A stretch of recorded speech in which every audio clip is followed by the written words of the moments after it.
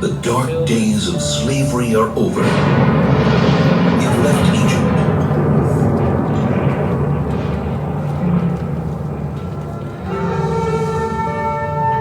Back at the foot of Mount Sinai, we were commanded for the first time to build a tabernacle. And in fact, after the giving of the Torah at Mount Sinai, the tabernacle was built. The tabernacle is a portable, temporary temple. But for 39 years, it accompanied us in our wanderings through the desert, taken apart and reassembled again and again. After entering the Holy Land, Joshua established the tabernacle in Shiloh. The Shiloh tabernacle is built of a stone foundation and wooden beams, and covered by layers of fabric, a combination symbolizing the transition from a temporary tabernacle to a more permanent one. Shiloh is to be the dwelling place of the Shekhinah, the divine presence, the holiest site for the Jewish people for 369 years. The tabernacle is comprised of two main parts, the courtyard and the tabernacle tent. The tabernacle courtyard was rectangular, 100 cubits in length by 50 cubits in width, about 50 meters by 25 meters. In the heart of the courtyard stood the altar, made of wood overlaid with copper. On it burned the eternal fire, on which sacrifices, meal offerings, and wine offerings were made every single day. Since it is forbidden to ascend the altar by stairs, the Kohanim, the priests, ascended by a ramp. Before the Kohanim begin the tabernacle service, they would purify their hands and feet in the copper laving basin which stood between the altar and the tabernacle tent. It is said that when the contributions for the tabernacle were collected in the desert, all the women donated their copper mirrors from which the laving basin was made. First thing in the morning, the Kohanim entered the tabernacle tent, the sanctuary, for the day's service.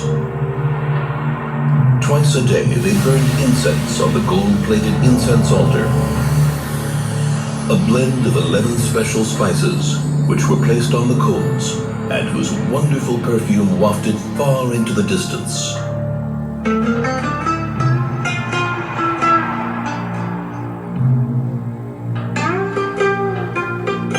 Once a week, 12 special loaves of bread were placed on the golden table, which stood at the north end of the sanctuary.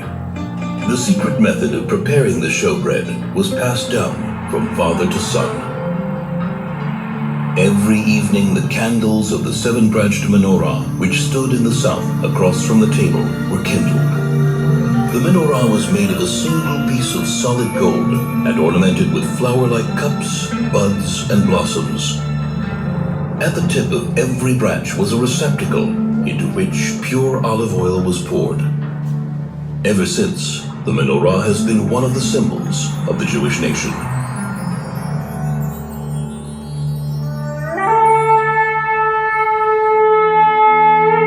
Only once a year, on Yom Kippur, the Kohen Gadol, the high priest, entered the Holy of Holies. In the Holy of Holies stood the Ark of the Covenant, on top of which were the curtain and the two cherubs. The cherubs were in the form of two angels, facing each other, with wings outstretched over the ark. Inside the ark were the tablets of the covenant, the first tablets, which were broken by Moses, and the second, unbroken tablets. The tablets and the broken tablets lie inside the ark. This is the place from which God's voice is heard. And I will speak to you from above the ark cover, between the two cherubs, which are above the ark of the covenant.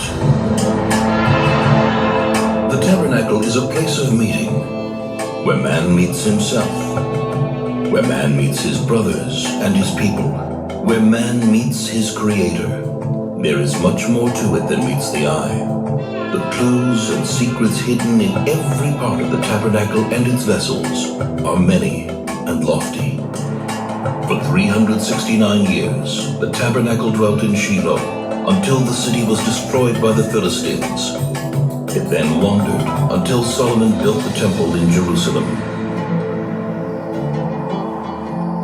But to this very day it is said, if you stand where the tabernacle stood and take a deep, deep breath, you can smell, if only for a moment, the scent of the incense which still suffuses the walls.